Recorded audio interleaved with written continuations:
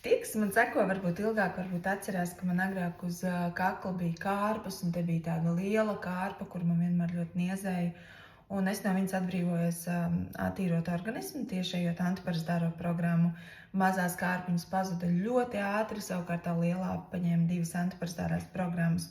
Un katru reizi, kad es eju antiparasitāro attīrīšanu, man vienmēr ir kaut kādi uzlabojumi. Man ir nogājušas 2 melanomas pašas pa sevi.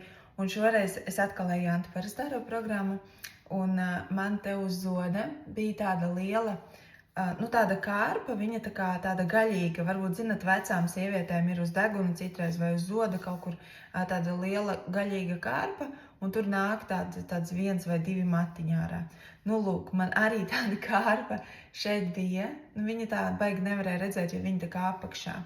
Tādā ziņā man paveicās. Un tagad, ejot antiparasitāro attīrīšanu, šī kārpa man nogāja, un man viņas vairs nav.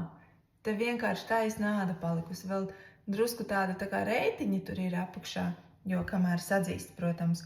Bet atkal antiparazitārā programma ir nostrādājusi, un tas ir fantastisks apliecinājums man pašai, kad ir regulāri jātīra organisms, ir regulāri jāiet antiparazitārās attīrīšanas, jo ķermenī viss iet, mums tā kā sīpoliņiem, ja?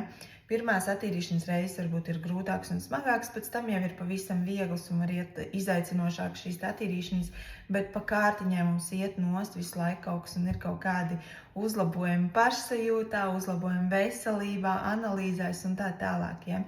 Tā kā tā ir mana pieredze, es ceru, ka varbūt vēl kādam ir noderīgi, jo es zinu, ka dažādi ādas veidojumi ir daudziem cilvēkiem.